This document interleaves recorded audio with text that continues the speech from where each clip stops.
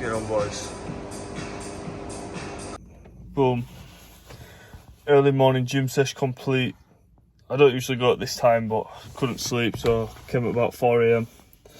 Anyway, look, I got some advice off Hamza. Hamza's basically like a self-improvement YouTuber, right? Pretty big channel. He basically did a video responding to one of my posts, and there were a bit of advice he gave on there that I've been sort of thinking about and reflecting on a little bit. So I'll play it for you now. You know what? For Theo, for everyone who's watching this, oh wait, one sec. Level up a lot of areas of life, but not their mental health, and then they lose it all. Your mental health is kind of like the foundation of everything else you bring up. So it's like mental health first, then physical health, like fitness, and then the rest, which is like relationships, career, status, girls, money, follower count, muscle, all those other things, right?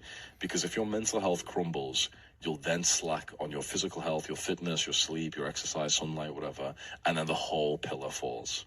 It is your mental health that is the absolute foundation. Like, your mind is the foundation of everything in your life. And a lot of men don't actually level up their mind, and they don't take time for their mental health, to stay away from the screens, to sit there in meditation, in pure silence, to contemplate, to journal, meditation, gratitude journaling, living like a normal human being, getting some real fucking sunlight, going out, playing, not like games or anything, but playing like a child, like rest.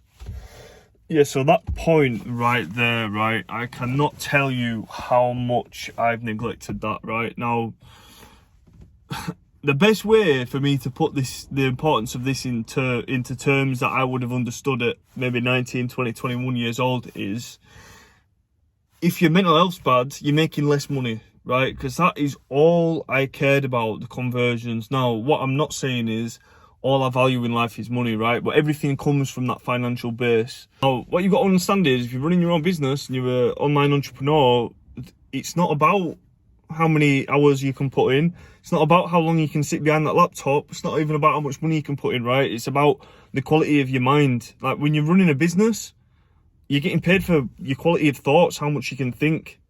If all you're doing is trying to load them hours in all day long, like I was, right, then you're not going to be able to think properly, right? And your thoughts are going to be determined on whether you're making money or not. I'll tell you a story, right?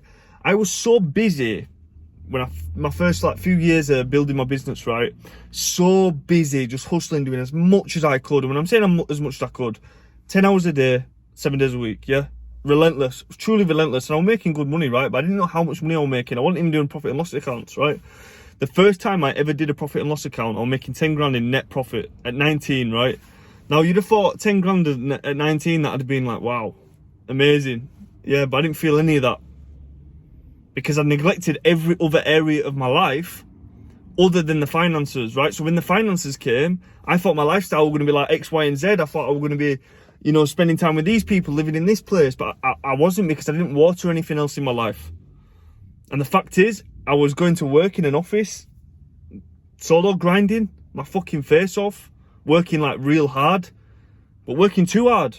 I wasn't enjoying any area of my life, right?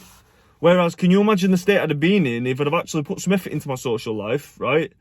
Taking a bit of a backseat on the 10 hours a day, right?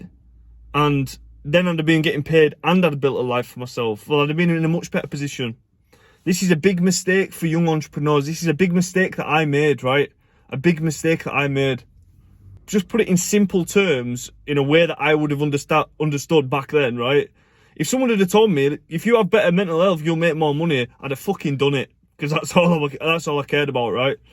And look, there's two ways to this. There's a caveat to this, right? You do need that. Everything comes off of that financial base, and sometimes you've got to step up, and that financial base has got to be prioritized, right? Especially if you're a grown man and you're responsible for yourself, then sometimes you need to step up and fix up, right? And you have to put your mental health on pause. You have to put your physical health on pause, right? But don't forget about it. Yeah, that's a mistake that I made. Don't forget about it. So yeah, shout out to Hamza for covering that. Appreciate the time you took with that. Appreciate the feedback as well. Yo, just to add on that, right? You've got to think, it's like people try and battle intellectual work with physical work, right? I'm not talking about physical like digging a ditch, but just forcing yourself to sit behind that laptop and do stuff, you're just physically forcing yourself to be there, but you're not going to get paid in the amount of physical effort you put in, right? And it's great for your ego, yeah, to sit there and think, oh, I'm doing more than anybody, I'm working more than anybody. But that shit's not going to get you paid. It's not the smart way to do it. And you're going to get to a point when you've got to sit back like me, and I've got to go, right, well, I wasted years doing that shit.